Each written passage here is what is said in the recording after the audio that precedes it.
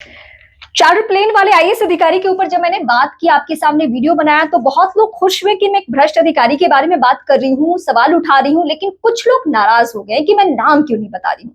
एक प्रोफेशनल होने के नाते पेशेवर जिम्मेदारी मेरी ये कहती है कि मैं किसी भी खबर के बारे में आधी अधूरी जानकारी आप तक लेकर ना आऊं।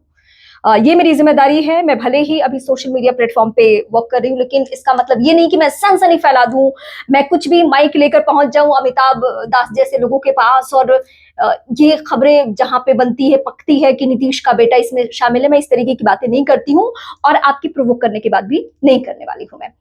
तो मेरी जिम्मेदारी ये कह रही थी कि उस दिन तक राहुल शर्मा ने क्यों विधानसभा के अंदर नाम नहीं लिया। मुझे नाम पता था, मेरे पास वो लेटर भी था बकायदा, जिसमें किन किन लोगों ने चार्टर प्लेन में सफर किया है, वो सब कुछ जानकारी होने के बाद मेरे मन में सिर्फ और सिर्फ एक सवाल था कि राहुल शर्मा ने, आरजेडी के विधायक ने, विधानसभा के अंदर नाम क्यों नहीं लिया। आखिर क्या मजबूरी है।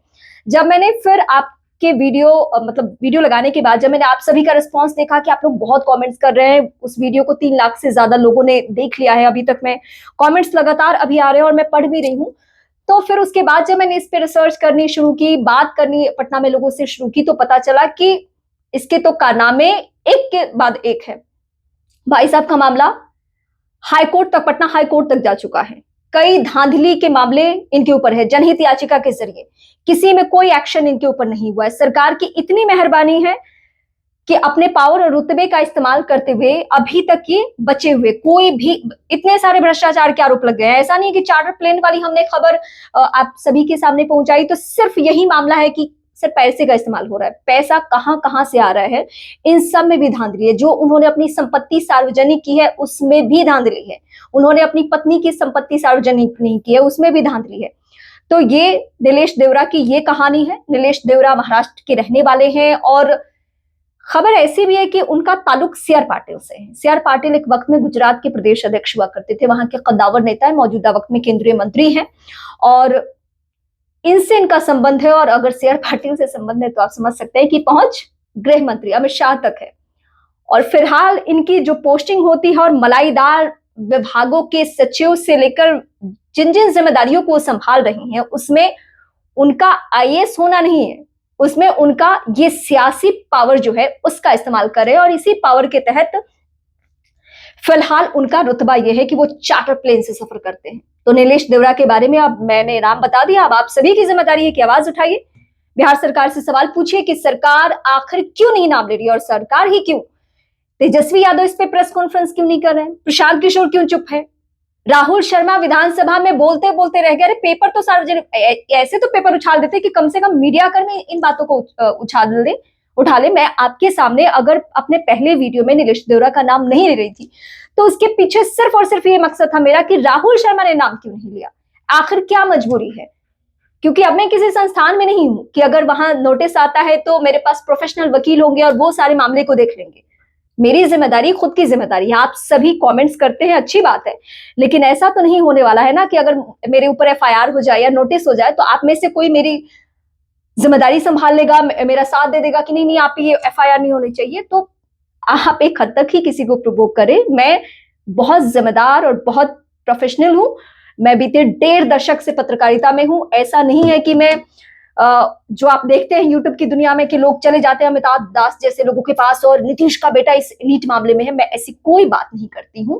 मैं बहुत जिम्मेदारी के साथ आप सभी के सामने आती हूं, सीमित सोर्सेस के साथ। अभी मैं आप लोगों एक फैमिली बना रही हूँ। मतलब मैं देख रही हूँ कि फेसबुक पे लगातार मेरे फॉलोअर्स बढ़ रहे हैं, इंस्टा पे ऑलरेडी है और यूट्यूब को भी मैं ग्रो कर रही हूँ। तो अभी मेरी इनिशियल कोशिश ये है कि मैं अपना जो काम कर रही हूं पूरी जिम्मेदारी के साथ करूं और उसके बाद आप जिस तेवर को देखते हैं ना उससे ज्यादा एनर्जी और उससे ज्यादा आप तेवर मेरे में देखेंगे, क्योंकि मैं विशुद्ध रूप से पत्रकार हूं। मैं ये यूट्यूबर और ये सारी भाषा जो है और जिस तरीके से लोग हिट होने के लिए कोई भी फॉर्मूला यूज करते हैं वो मैं नहीं करने वाली हूं।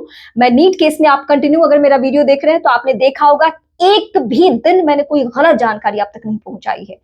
सरकार से खूब सवाल पूछे, मैंने खूब आवाज उठाई और मैं सब आप जितने भी लोग कमेंट्स कर रहे थे मैं सबके कमेंट्स पढ़ रही हूँ। कई लोगों ने लिखा, मैं एक आध कमेंट में चाह रही हूँ कि मैं आपके सामने पढ़ के बताऊंगी। नाम क्यों नहीं बताया, पब्लिसिटी के लिए सब कर रही हूँ। संतोष पासवान कोई है वो ये लिख रहे हैं जब नाम बताने में इतना डर है तो जनता का समय क्यों बर्बाद करना, दीपू शाह ने लिखा है। इस तरीके से बहुत कमेंट है, 400-500 से ज्यादा कमेंट्स है, तो इतना तो मैं पढ़ नहीं सकती। कोई कोई कमेंट मैं पढ़ देती हूँ। नाम क्या है इनका? किसी ने तो लिखा है कि वो अधिकारी विमानन विभाग में है। हाँ, विमानन विभाग की भी जिम्मेदारी उस व्यक्ति के पास है। बिना नाम बताए न्यूज चलाने से क्या फायदा, मैं आपको अब क्लियर कर चुकी हूँ कि क्यों मैं नाम नहीं बता रही थी। मनिंदर कुमार लिख रहे हैं, पत्रकार क्यों नहीं न्यूज बनाए, डरी सहमी चाटुकारिता बची है, न्यूज तो अब थोड़ा विपक्षी नेता ही बनाते हैं।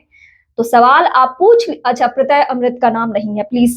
कल मेरे पास बहुत सारे मैसेज आ रहे थे और बोला जा रहा था कि क्या प्रत्यय अमृत है, बिल्कुल वो नहीं है, उनका नाम नहीं है। ये नीलेश देवरा का नाम जो मैं आप सभी के सामने कंफर्म कर चुकी हूँ। बहुत नाम है, लखनऊ में मॉल बनाया है, ये कोई प्रभात मोहन ठाकुर है। अच्छा, एक बात मैं और क्लियर कर दूं इन सारे मैसेज को पढ़ने के बाद, कि अगर आपके पास कोई सटीक जानकारी है किसी के बारे में भी, तो आप मुझे मैसेज कर सकते हैं, इनबॉक्स कर सकते हैं। उस खबर के बारे में मैं रिसर्च करूंगी और मुझे लगेगा तो उस पर जरूर वीडियो बनाऊंगी, क्योंकि मैं देख रही हूँ कुछ लोग बहुत सक्रिय हैं, बहुत एक्टिव है। तो फिलहाल नीलेश देवरा से जुड़ी हुई अब जिम्मेदारी मैं आपके ऊपर छोड़ती हूँ कि अब मैंने नाम बता दिया है, उसकी जानकारी बता दी है कि एक मामले में नहीं कई सारे मामले में उसकी संलिप्तता है, भ्रष्टाचार के बहुत सारे एंगल है, मामला हाईकोर्ट पहुंच चुका है, पत्नी की संपत्ति सार्वजनिक नहीं की है, बहुत सारे नियमों की अनदेखी की है, और पावर भी कहां से है, दिल्ली से लेकर बिहार तक पावरफुल वो आदमी है। तो अब आप तय कीजिए आपको क्या करना है, सिर्फ कमेंट्स करना है या सरकार के ऊपर ये प्रेशर बनाना है कि इस अधिकारी के बारे में जुबान कब खोली जाएगी।